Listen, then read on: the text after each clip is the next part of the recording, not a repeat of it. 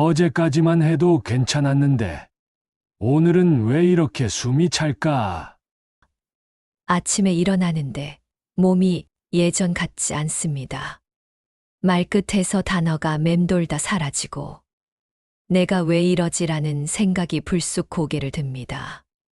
많은 분들이 이 순간을 두려움으로 받아들입니다. 이제 끝인가? 늙었다는 증거인가? 하지만 저는 오늘 분명하게 말씀드리려 합니다. 그건 무너짐이 아니라 전환입니다. 안녕하세요. 삶의 속도를 다시 읽어드리는 채널, 지혜담입니다.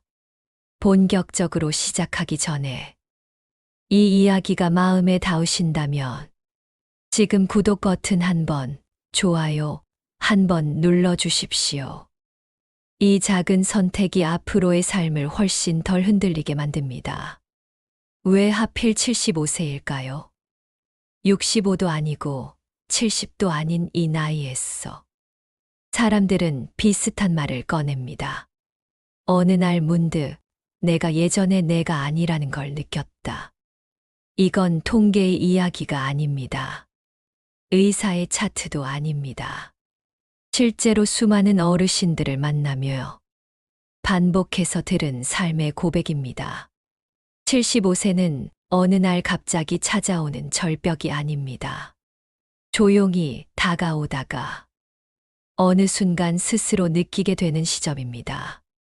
속도가 달라졌다는 사실을 몸과 마음이 동시에 알려오는 나이입니다. 문제는 변화가 아닙니다. 문제는 그 변화를 어떻게 해석하느냐입니다. 어떤 분은 이렇게 말합니다.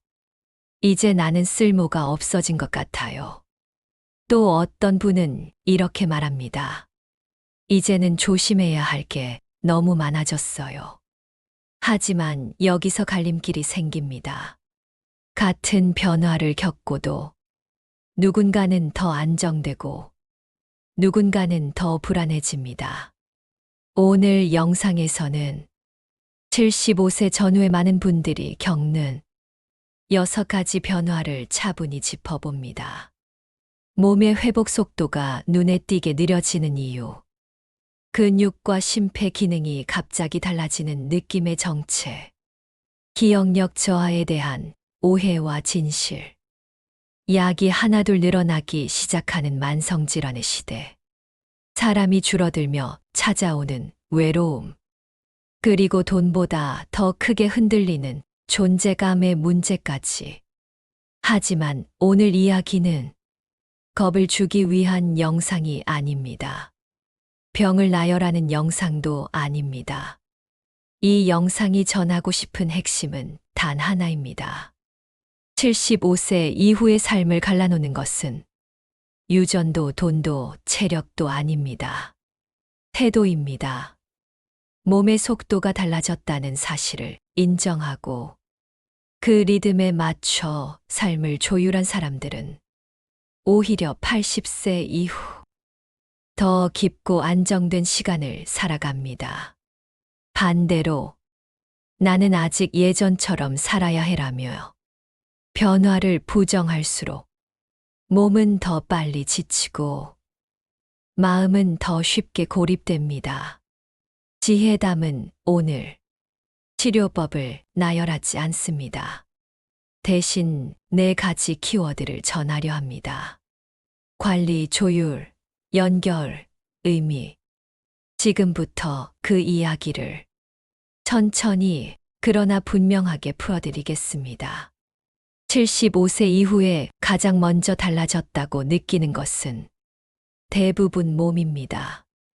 예전엔 하루쯤 무리해도 하룻밤 자고 나면 회복됐습니다. 그런데 어느 순간부터 이틀이 가고 사흘이 가도 몸이 제자리로 돌아오지 않습니다. 아침에 일어났는데 이유 없이 몸이 무겁습니다. 잠은 분명히 잤는데 개운하지가 않습니다. 이때 많은 분들이 이렇게 말합니다. 잠자리가 안 좋아서 그래. 요즘 날씨가 그래서 그래. 하지만 아닙니다. 이건 단순한 컨디션 문제가 아닙니다. 75세 전후부터는 몸의 회복 시스템 자체가 느려지는 시기에 들어섭니다. 근육은 줄어들고 심장은 예전만큼 빠르게 반응하지 않습니다. 폐는 숨을 깊게 들이마시는데 조금 더 시간이 필요해집니다. 이 변화는 병이 아니라 노화의 방향이 바뀌었다는 신호입니다. 문제는 여기서 시작됩니다. 이 신호를 무시하고 예전과 똑같이 움직이려 할 때입니다. 계단을 오르며 숨이 차는데도 원래 이 정도는 해야지 하고 참고, 무릎이 욱신거리는데도 가만히 있으면 더 망가진다며 버팁니다. 그러다 어느 날 작은 계기로 크게 무너집니다. 넘어지고 삐끗하고 회복까지 몇 달이 걸립니다. 이때 많은 분들이 착각합니다. 내가 갑자기 약해졌다. 아닙니다. 몸이 약해진 게 아니라 몸의 속도가 달라진 것입니다. 75세 이후의 몸은 힘으로 밀어붙이는 구조가 아닙니다. 조율해야 하는 구조입니다. 예전에는 운동을 하면 몸이 따라왔습니다.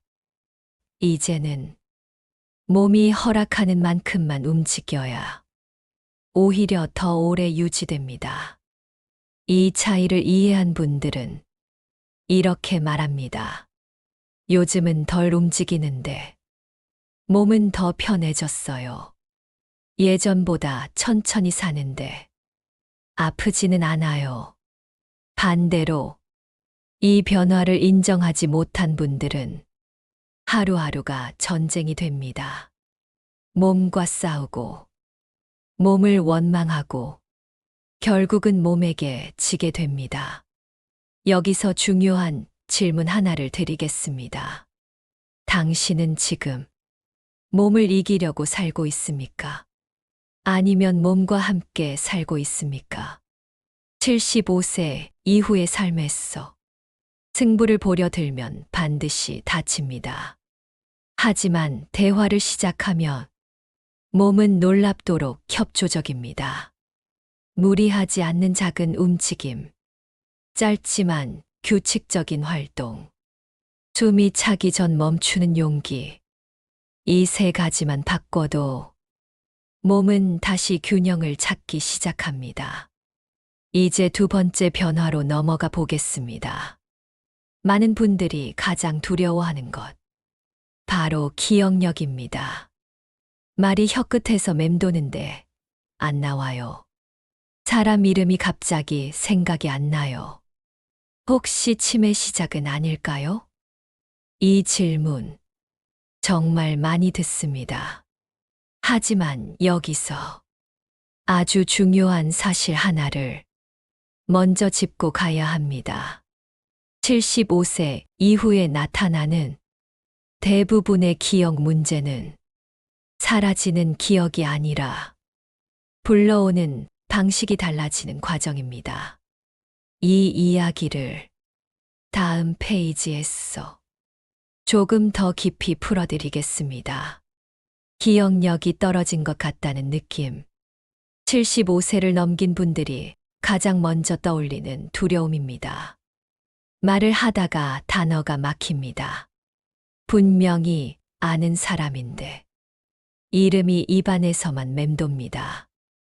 약속을 해놓고도 하루 전날이 되어서야 떠올립니다. 그 순간 머릿속에 이런 생각이 스칩니다. 혹시 치매 아닐까? 나도 이제 무너지는 건가? 하지만 여기서 아주 중요한 구분이 필요합니다. 모든 기억의 변화가 치매는 아닙니다. 75세 이후에 흔히 나타나는 기억 변화는 기억이 사라진다기보다 기억을 꺼내는 속도가 느려지는 현상에 가깝습니다. 젊을 때는 머릿속 서랍이 자동으로 열렸다면 이제는 서랍 손잡이를 한 번 더 찾아야 하는 시기입니다. 그래서 기억이 없는 게 아니라 잠시 멈춰 있는 것입니다. 이 차이를 이해하지 못하면 사람은 스스로를 의심하기 시작합니다. 나는 이제 안 되는 사람이야. 머리가 나빠졌어. 이 자기 의심이 기억력보다 먼저 무너뜨리는 것은 바로 자존감입니다. 기억은 외우는 힘이 아니라 사용하는 방식의 문제입니다. 75세 이후에도 뇌는 계속 움직입니다. 다만 혼자 조용히 외우는 방식보다는 말로 꺼내고 적고 연결할 때 더 잘 작동합니다. 그런데 많은 분들이 반대로 행동합니다. 기억이 불안해질수록 말을 아낍니다. 틀릴까봐, 까먹을까봐 생각을 입 밖으로 꺼내지 않습니다. 이 순간부터 뇌는 더 빠르게 굳기 시작합니다. 기억을 지키는 가장 좋은 방법은 더 외우는 것이 아니라 더 표현하는 것입니다. 오늘 있었던 일을 누군가에게 말해 보십시오. 전화 한 통이면 충분합니다. 일기를 길게 쓰지 않아도 됩니다. 한 줄이면 됩니다. 오늘은 날씨가 유난히 맑았다. 이 한 줄이 뇌에게는 신호가 됩니다. 아직 쓸 일이 있다. 기억은 필요하다고 느낄 때 유지됩니다. 쓸모없다고 판단되는 순간 조용히 뒤로 밀려납니다. 그래서 기억력보다 더 위험한 것은 아무도 나의 이야기를 듣지 않는 생활입니다. 사람이 줄어들고 대화가 줄어들수록 기억은 자연스럽게 위축됩니다. 이건 병이 아니라 환경의 문제입니다. 기억이 사라졌다고 생각되면 먼저 묻지 마십시오. 내가 왜 이럴까? 대신 이렇게 물어보십시오. 요즘 내가 말할 기회가 있었나? 여기서 세 번째 변화로 이어집니다. 많은 분들이 어느 날부터 약이 늘어났다고 말합니다. 약을 안 먹는 날이 없어요. 아침, 저녁으로 챙겨야 할 게 너무 많아요. 이 약 없으면 불안해요. 75세 이후는 흔히 만성질환의 시대라고 불립니다. 하지만 약이 늘어났다는 사실보다 더 중요한 질문이 하나 있습니다. 약이 정말 늘어서 불안한 걸까요? 아니면 약에 의존하지 않으면 안 될 것 같은 마음이 먼저 커진 걸까요? 약 봉투가 하나둘 늘어나는 순간 사람은 몸보다 먼저 마음이 흔들립니다. 아침에 눈을 뜨자마자 약부터 찾게 됩니다. 약을 먹지 않으면 하루가 시작되지 않는 느낌. 이제는 밥보다 약이 먼저인 삶이 낯설지 않게 느껴집니다. 많은 분들이 이렇게 말합니다. 약이 없으면 불안해요. 의사가 먹으라니까 어쩔 수 없죠.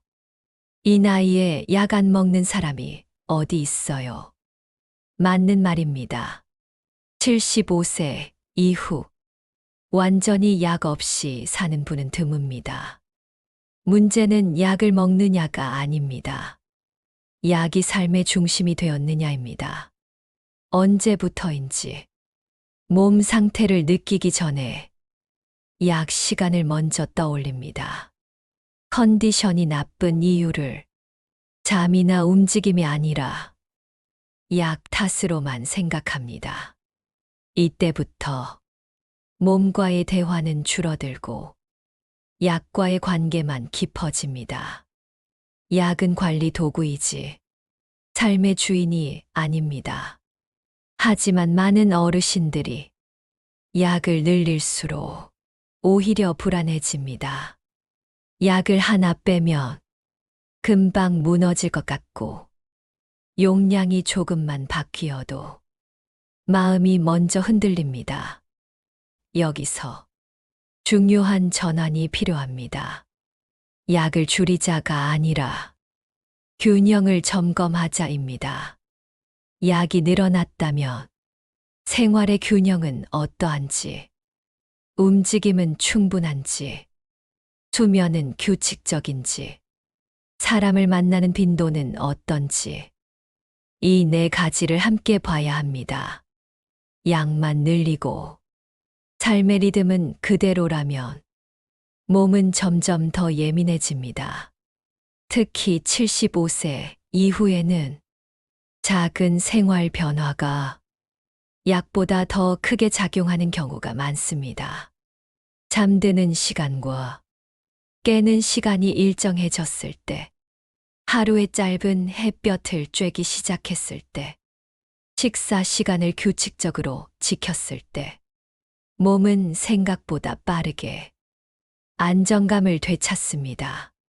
그런데 이 안정감은 수치로 잘 드러나지 않습니다. 그래서 사람들은 눈에 보이는 약에 더 의지하게 됩니다. 이제 다음 변화로 넘어가 보겠습니다. 약만큼이나 사람의 마음을 서서히 잠식하는 것.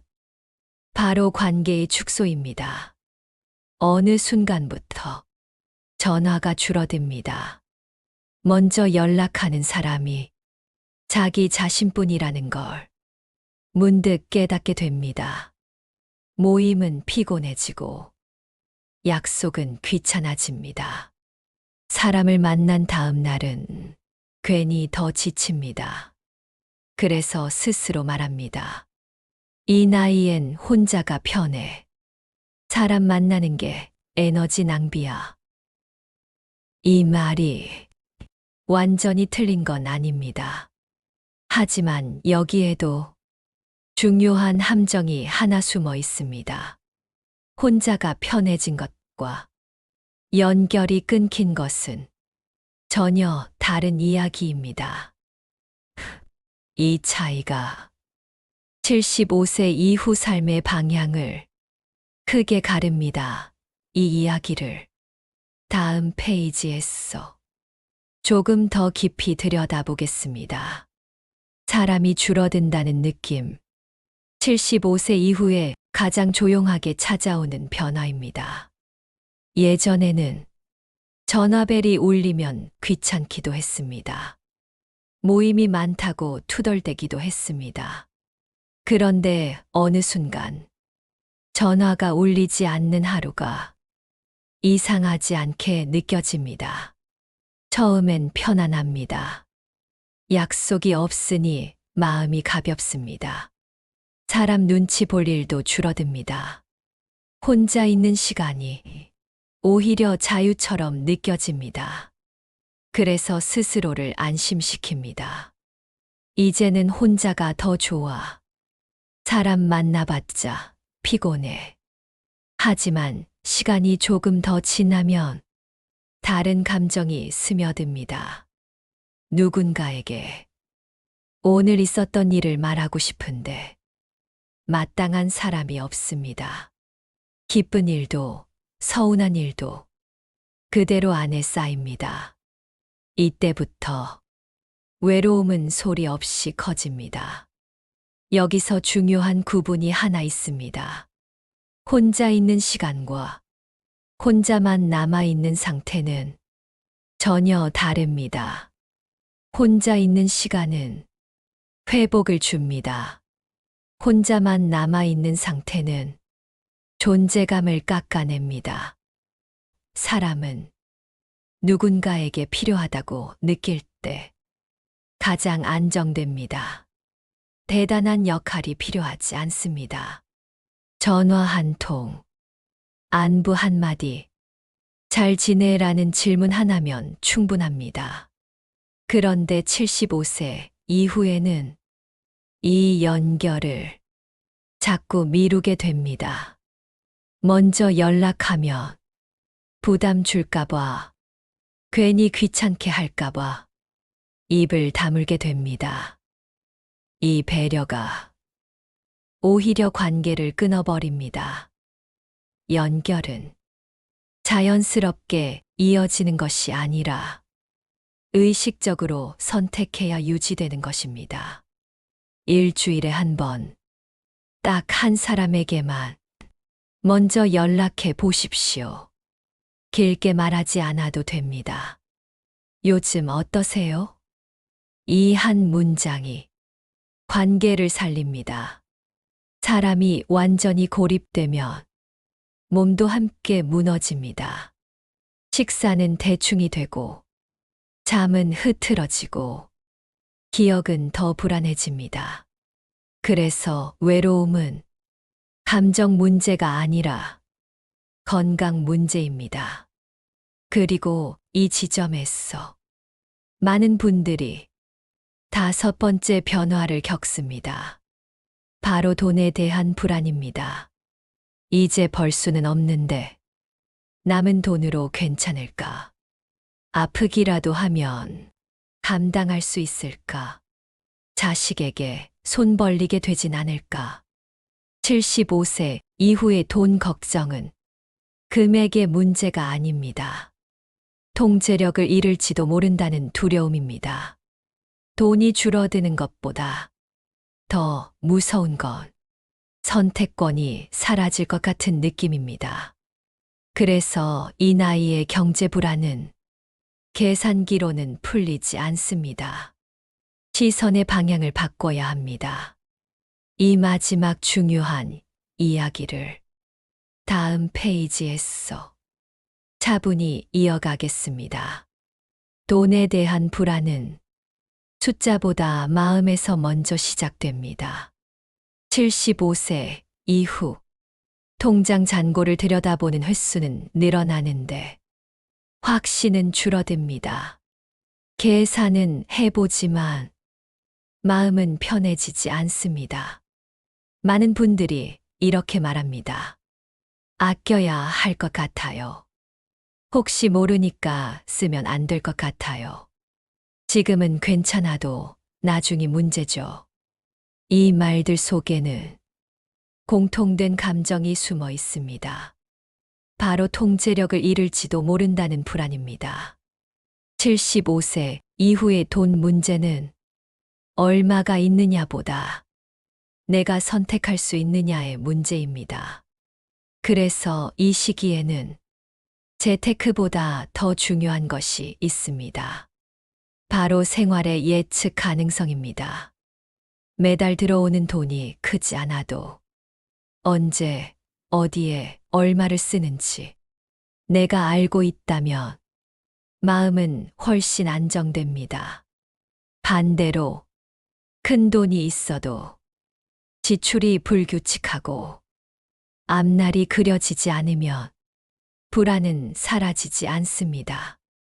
그래서 75세 이후의 경제 관리는 늘리는 관리가 아니라 정리하는 관리입니다.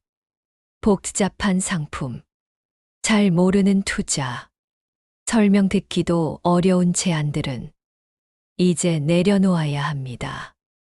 대신 생활비, 의료비, 여유비, 이 3가지만 분명히 나누는 것으로 충분합니다. 돈이 나를 지켜주는 것이 아니라 내가 돈을 다룰 수 있다는 감각이 사람을 편안하게 만듭니다. 하지만 여기서 끝이 아닙니다. 돈 불안보다 더 깊은 불안이 75세 이후 조용히 마음을 흔듭니다. 바로 나는 이제 쓸모없는 사람이 된 건 아닐까 라는 생각입니다. 몸은 느려지고 사람은 줄어들고 돈은 조심해야 하는 상황에서 사람은 스스로에게 묻게 됩니다. 나는 이제 무슨 역할을 하지? 이 질문이 깊어질수록 사람은 더 움츠러듭니다. 말수가 줄고 의견을 삼키고 존재를 작게 만듭니다. 하지만 분명히 말씀드릴 수 있습니다. 75세 이후에 필요한 것은 새로운 성취가 아니라 의미의 재배치입니다. 예전처럼 앞장서지 않아도 됩니다. 결정권자가 아니어도 됩니다. 다만 누군가에게 도움이 되는 위치에 머물 수는 있습니다. 경험을 말해주는 사람, 조용히 들어주는 사람, 한 발 물러서서 상황을 읽어주는 사람. 이 역할은 젊은 사람이 대신할 수 없습니다. 나는 아직 쓸모 있는 사람이다. 이 감각을 되찾는 순간 사람의 표정이 달라집니다. 말투가 달라지고 걸음이 달라집니다. 이제 마지막 페이지에서 오늘 이야기의 핵심을 정리하며 마무리하겠습니다. 지금까지 75세 이후에 달라지는 것들을 차분히 살펴봤습니다. 몸의 속도가 느려진다는 것, 기억을 꺼내는 방식이 달라진다는 것, 약이 늘어나는 시기가 온다는 것, 사람이 줄어들며 외로움이 스며든다는 것, 돈보다 불안이 더 커질 수 있다는 것, 그리고 존재감이 흔들릴 수 있다는 사실까지. 이 6가지 변화는 피할 수 없는 현실입니다. 하지만 여기서 분명히 해야 할 것이 있습니다. 이 변화들은 인생이 끝나가고 있다는 신호가 아닙니다. 삶의 리듬이 바뀌었다는 알림입니다. 75세는 무언가를 내려놓아야 하는 나이가 아니라 방식을 바꿔야 하는 나이입니다. 힘으로 밀어붙이던 삶에서 조율하며 살아가는 삶으로, 혼자 버티던 삶에서 연결을 선택하는 삶으로, 불안을 키우는 삶에서 의미를 붙잡는 삶으로 방향을 틀어야 하는 시점입니다. 몸과 싸우지 마십시오. 몸과 협력하십시오. 기억을 의심하지 마십시오. 표현의 기회를 늘리십시오. 약에만 의지하지 마십시오.